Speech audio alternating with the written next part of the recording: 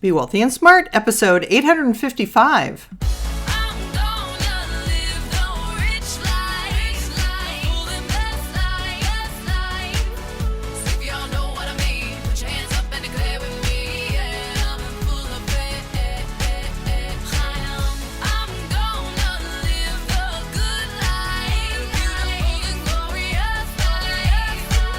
Step into a world of wealth and financial freedom without budgets, boredom, or bosses on Be Wealthy and Smart.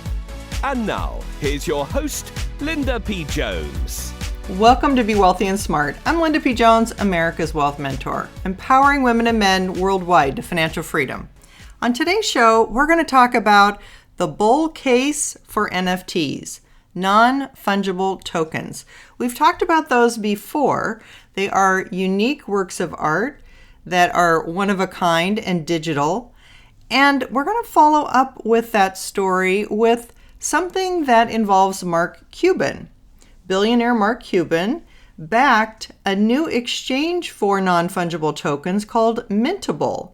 And this article is about his comments on Mintable and the bull case for NFTs, and the founder of the business, and how the market could evolve. And one of the reasons I want to talk about this is because it goes along with what we've been talking about with the quantum age, which is all this new technology that's coming into being, this new age that we're going into, and someday we will have flying cars. And we're going to be that generation. So this new technology, whether it's electric vehicles, green energy, flying cars, or non-fungible tokens, or cryptocurrency, or something else, there's all kinds of new technology that is super exciting because it's all new wealth creation. Remember that non-fungible token sale for $69 million by artist Beeple? It was 5,000 works of art that he did for 5,000 days, where he created one new piece of artwork digitally every single day. And that sold for $69 million. And this is, again, creating new wealth in a new asset class. And it's something that we're going to see more of, and we want to learn more about it. So that's what we're going to talk about today. This article comes to us from CNBC, and I'm going to break into this article a little bit of the way down because it's kind of long, and the first part doesn't deal with NFTs. It's on a different subject. So we're going to get to where he starts talking about NFTs. It says NFTs are digital assets like JPEGs and video clips that can be bought and sold. And since they are built on the blockchain, the ownership and validity of each can be tracked. I realized the power of what an NFT can do and how versatile they were, said Zach Burks, the 28-year-old founder of Mintable, an NFT or non-fungible token marketplace that's backed by billionaire Mark Cuban. In 2018, Burks founded Mintable, a platform where users can mint or blockchain verify, buy, and sell NFTs. Amid a new wave of interest in NFTs, with the recent sale of NFT art selling for over $69 million at Christie's, and within the crypto space overall, his business is booming. In March, Mintable announced it landed an investment from Mark Cuban, who has used the platform to sell NFTs himself. Blockchain accelerators Longhash Ventures and Zilhive have also invested in Mintable, according to PitchBook.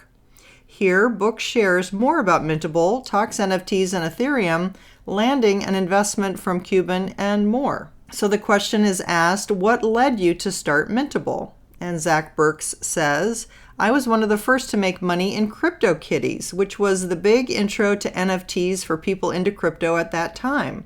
After CryptoKitties, I realized the power of what an NFT can do and how versatile they were. I fell in love with NFTs. So in 2017, I was already full-time in crypto, and I said, I like NFTs a lot, and I'm not going to do anything else. I made Mintable in 2018, the very first version of it. NFTs were still new. There was no support anywhere to mint NFTs. I realized that if we're among the first on the internet to do something, that could be a really good business opportunity. My team and I launched our alpha, our beta, and then 2019 to 2020, we were building the marketplace, which is what we have now and what you see when you go to Mintable. For those just learning about this, can you explain what Mintable is? We're like the eBay or Amazon for digital items that live on the blockchain. So if you have a digital painting or a trading card or some music, you can sell it on Mintable. You don't have to have any crypto to make an account, so it's a great way for someone to get exposed to crypto. Even though NFTs have been around for a while, they had never really taken off because of the upfront cost or fee of minting an asset, which are known as gas fees.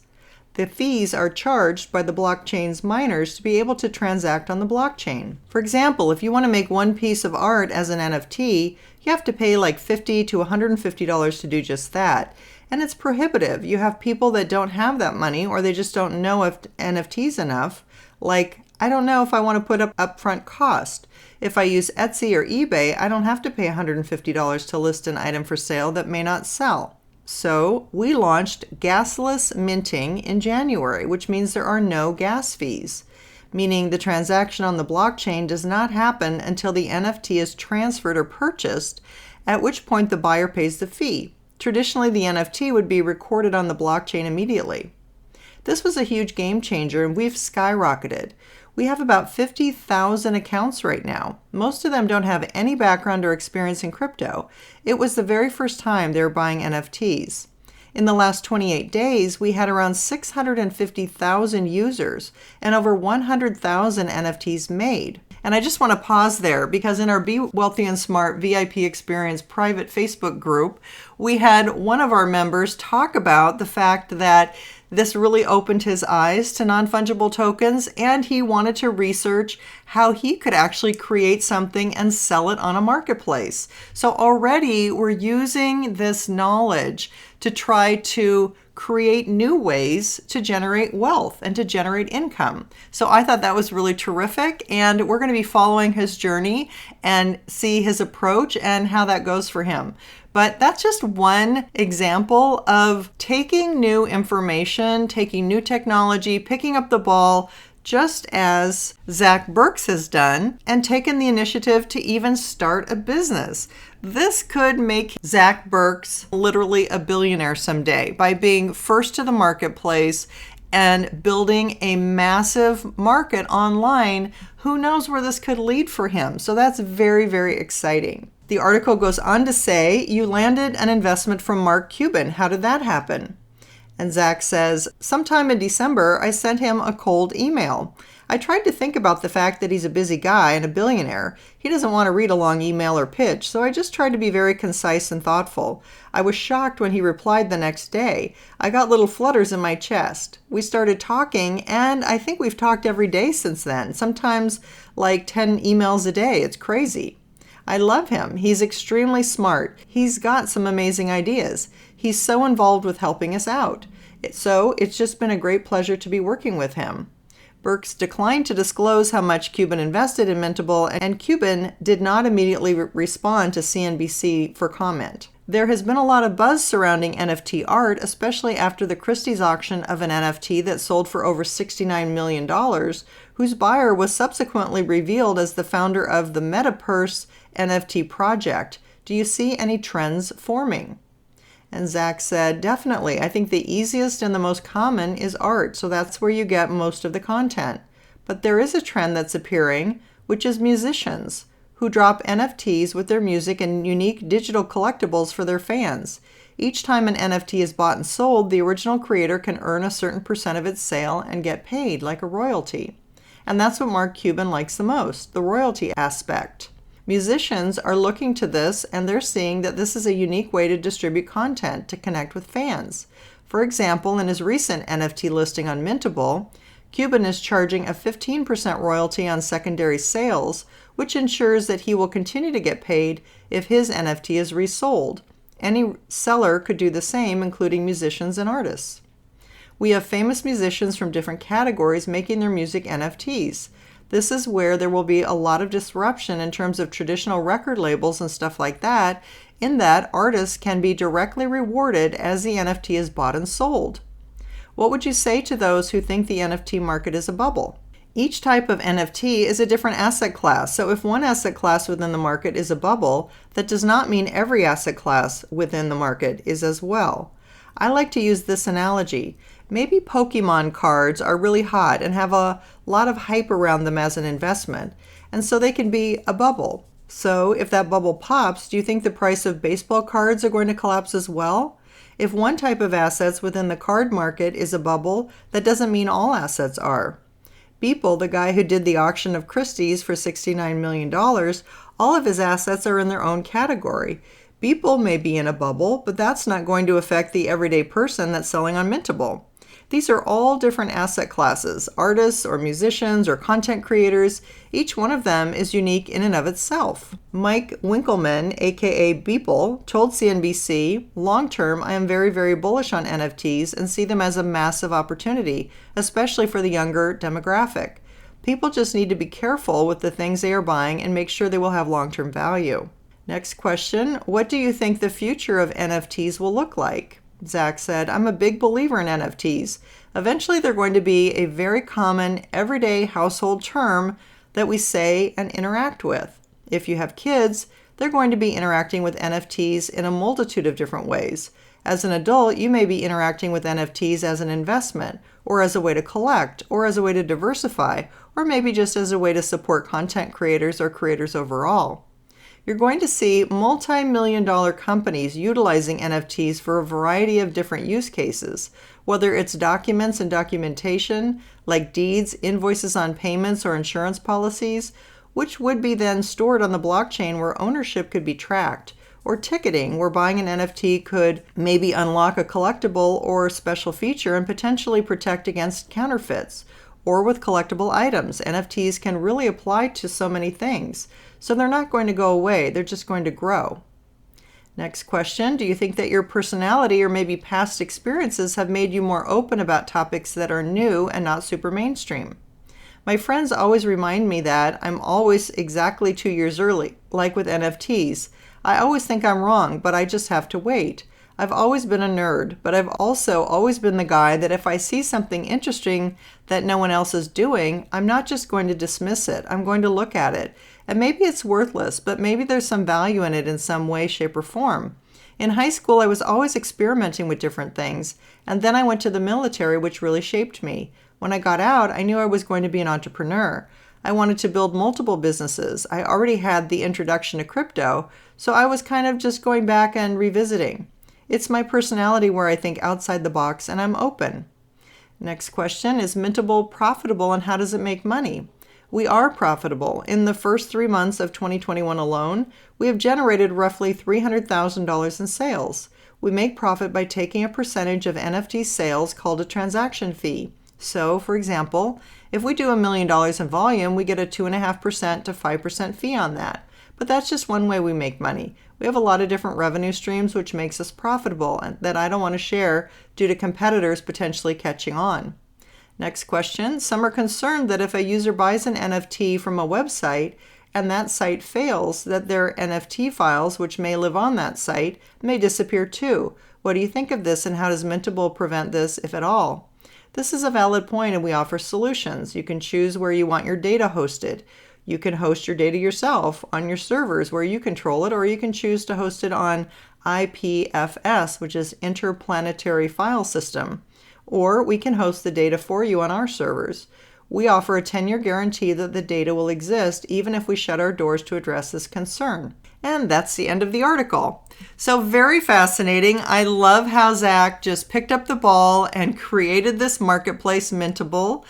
And it combined his passion, his true love, his interest in crypto and in these crypto kitties that he was involved in a couple of years ago.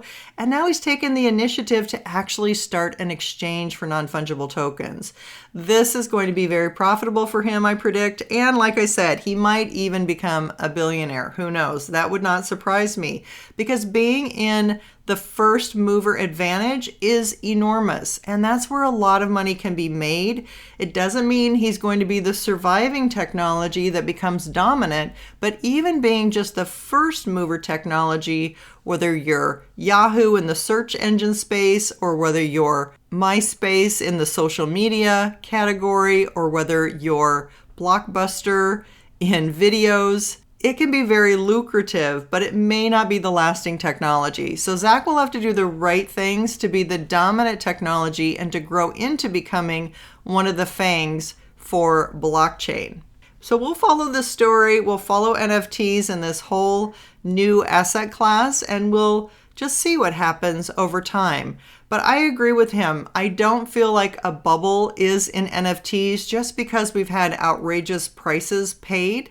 It's interesting, the purchaser of the Beeple artwork, the digital artwork, the NFTs at Christie's, even though he paid $69 million, that buyer said he believed the Beeple artwork was actually worth $1 billion. And that's why he bought all of that, 5,000 digital images by this artist. So we'll see if he's right, who knows, but he was buying it with an idea of probably some sort of resale in mind, an investment opportunity. So that's where he got this huge number that he paid for that work of art, and we'll see how that turns out for him. But again, this is becoming mainstream because it's just coming into our consciousness, everyday investors, and we're getting this a little bit early because not everybody's talking about NFTs. I don't see every financial expert out there discussing NFTs. But someday we probably will have just about every financial expert talking about NFTs, talking about crypto, and talking about new technology, but not yet because we're early adopters. We're in that early first mover advantage as investors. And that's where becoming familiar with these new technologies on an early basis, I think really works to our advantage. And that's where we're going to be following along some of these really exciting new technologies, just like we are in my private Be Wealthy and Smart VIP experience group. So I wanted to share that with you and bring that to your attention and just keep following along this storyline. I think there's going to be a lot of interesting twists and turns here, and we'll see how much competition comes up for this Mintable exchange. We'll probably will see many pop up, and it sounds like they can differentiate themselves with different fees and different cost structures, different profit models. So one of these is bound to make it big and become the dominant platform, or maybe several will be online shopping sites that we go to, kind of like Shopify, Amazon, Walmart.com are all online where you can shop, but they don't really necessarily compete with each other. But one thing's for sure, these newer technologies have very, very high compounding rates, and that's why even a small amount invested in some of these newer technologies can grow to quite a lot of money. And that's why if you do any kind of investing in this area, you want to keep it to a small percentage. But even a small percentage can grow into an enormous amount of money. If you haven't yet subscribed to Be Wealthy and Smart, hit the subscribe button and you'll be notified as soon as new podcasts are available so you never miss one of them. And over on my website at lindapjones.com are all of my podcasts. There are many more than what's available on your Apple Podcasts in your phone. So go to my website at lindapjones.com/podcasts and check out my whole wealth mentoring library. These are all podcasts that are designed to help you get to financial freedom faster. That's all for today. Until next time, live the good life and be wealthy and smart. Thank you for listening to Be Wealthy and Smart with Linda P. Jones. Share the wealth and tell your family and friends about the show. Check out our website, blog, and social media for more riches at www.bewealthyandsmart.com.